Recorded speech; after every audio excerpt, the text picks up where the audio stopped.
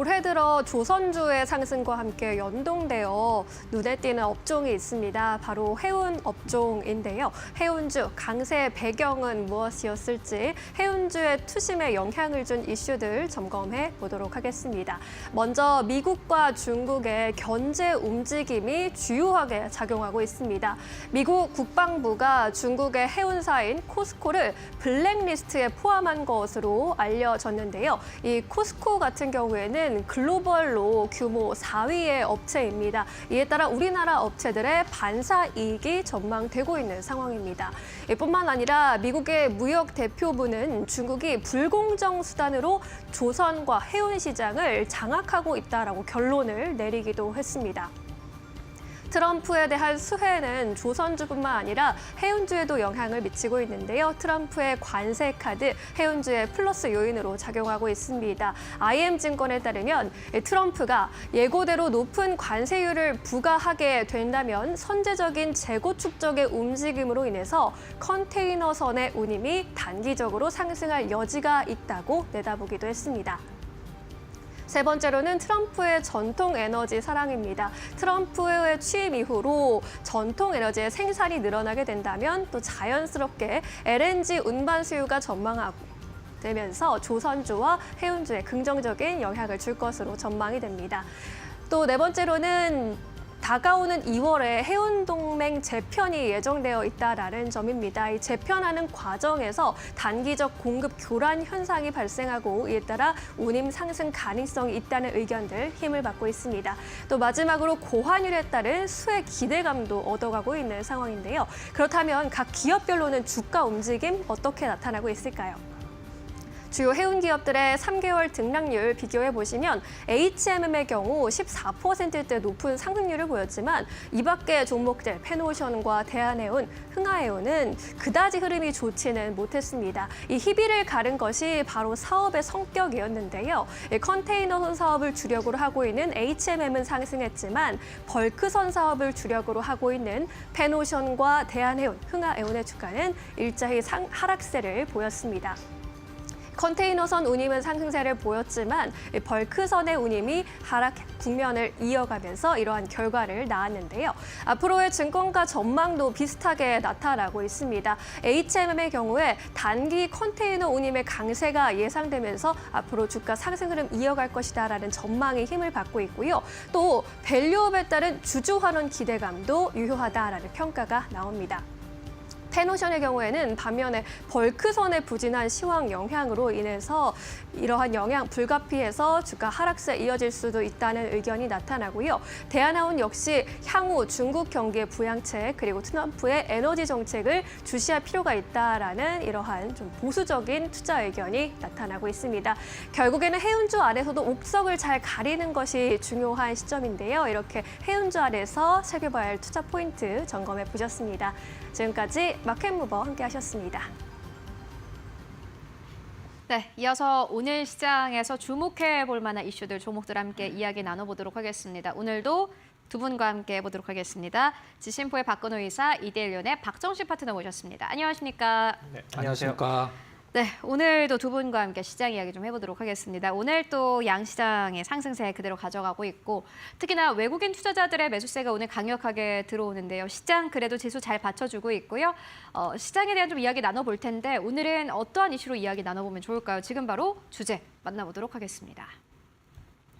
네, 전력주가 최근 들어서 다시 한번 좀 탄력을 받고 있습니다. 모멘텀도 있고 투자 심리도 괜찮은 상황인데 전력주가 앞으로 상승이 지속될 것이다 혹은 주가가 좀 부담이다라는 이 두 가지 선택지를 두고 좀 이야기 나눠보도록 하겠습니다. 또 지난해 사실 진짜 주인공은 또 전력주였기 때문에 이미 1년 동안 올랐던 업종이 테마가 올라갈 수 있을까 하는 그러한 또 생각도 들거든요.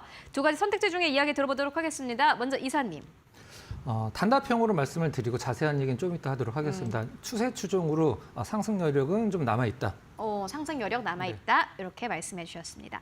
박정식 파트너님께서는요. 네, 뭐 상승 여력은 저도 있다고는 보는데 근데 주가 위치는 좀 부담이 되지 않을까라고 생각을 합니다. 주가는 부담이다. 이렇게 두 가지 선택지 두고 이야기 나눠보도록 하겠습니다. 상승이 좀 지속될 거다라고 박근호 이사님께서 이야기해 주셨는데 사실 또 이렇게도 생각을 해볼 수 있는 게 일단 전력주는 눈에 보이는 이슈가 너무 많습니다. 특히나 또 최근 한국 시장에서 잘 가려면 미국이라는 테마랑 좀 엮여야 되는데 그거랑 강력하게 엮인 쪽이 또 전력이고 실적에 대한 기대감도 나오는 쪽이고 또 투자 심리가 한 번 살아난 업종 같은 경우에는 쉽게 죽을 생각을 안 하는 게 최근 시장이거든요. 요 전력주 어떻게 보십니까?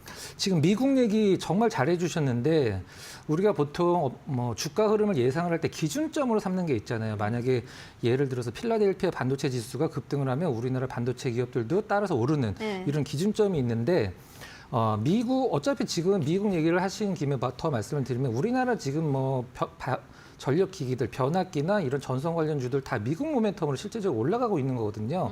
근데 우리나라에 지금 거래되는 이제 상품이라고 해야 되겠죠. ETF 중에 미국 전력과 관련된 상위 20개 대표 기업들을 모아놓은 ETF가 있어요. 네. 일단 그 상품명을 좀 잠깐 설명을 드리면 이제 솔이라고 돼 있으니까 뭐 신한에서 운영을 하는 거겠죠. 솔 미국 AI 전력 인프라라는 이제 미국의 최상위 전력 회사들 20개만 모아놓은 그 ETF가 있는데 네.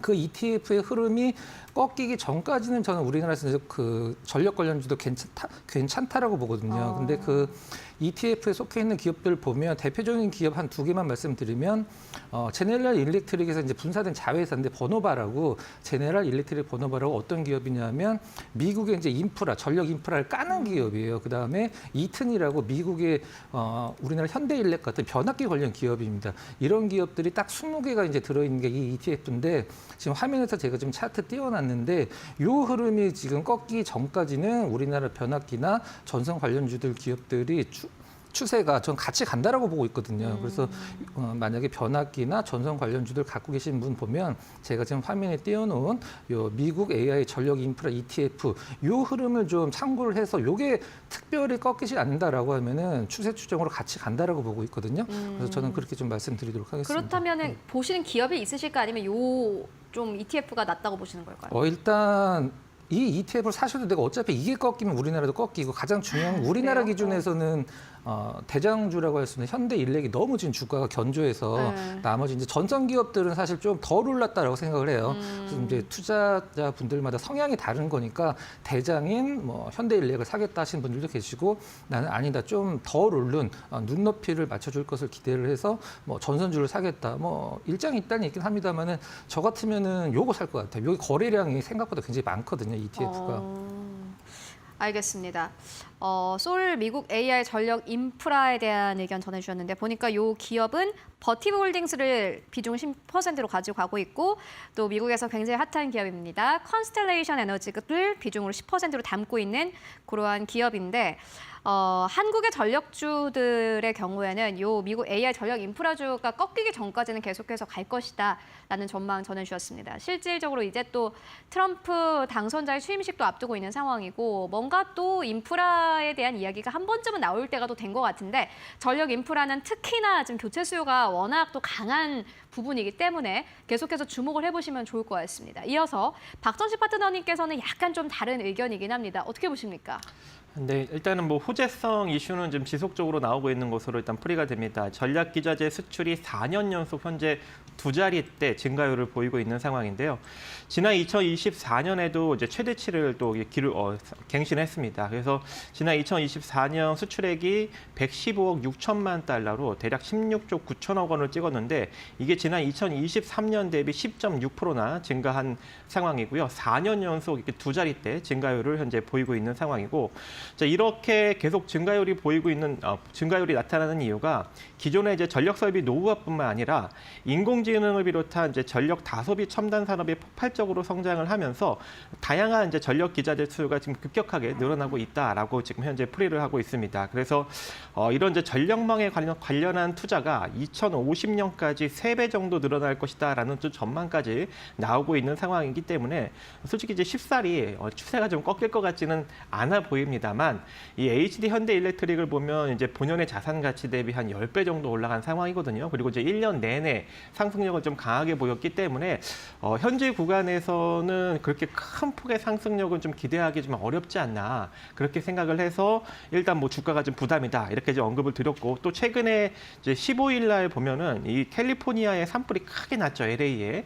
자 그렇다 보니까 이 산불로 인한 또 이제 기대 심리로 이제 전력 기자재 쪽에 또 단기적으로 강력하게 또 부각을 받았던 측면도 있습니다. 그래서 약간 이제 테마성이 이제 존재하는 그런 상황이기 때문에 지금 좀 따라잡기는 좀 부담스럽지 않나라고 생각을 하고 있고 또 이제 그동안 이제 강력하게 산불이 좀 많이 번진 상황인데 최근 이제 이슈를 보니까 이 팰리세이드 산불과 이튼 산불이 진압률이 한 19%에서 45% 정도를 이제 기록을 하고 있다고 해요. 원래는 한 10% 정도 수준이었는데 이제 진압이 어느 정도 좀 되고 있고 강풍도 어느 정도 좀 꺾이고 있다라고 합니다. 그래서 산불이 어느 정도 좀 진정이 된다면 현재 이 강력한 이 전력 기자재 상승력이 좀 한풀 꺾일 수 있는 여력도 존재하지 않을까 생각을 해봅니다. 네, 알겠습니다. 전력 쪽이 두 분의 의견은 약간 다릅니다. 두 분의 의견 모두 다 합리적인 의견으로 보여지는데요. 앞으로 모멘텀도 있고 또 일단 미국 시장에서 관련주들이 잘 가고 있는 상황 속에서 한국 시장 안에서도 심리가 살아있는 건 당연하다. 미국 시장 안에서 심리가 꺾이기 전까지는 계속해서 갈 것이다라는 의견이 있고요. 반대로 물론 상승 여력은 있겠지만은 지금 이 주가 수준은 부담이다. 올라가더라도 상승 룸은 얼마 남아있지 않다라는 의견까지 듣고 왔습니다. 두 가지 의견 모두 다 함께 참고해 보시면 좋을 것 같습니다.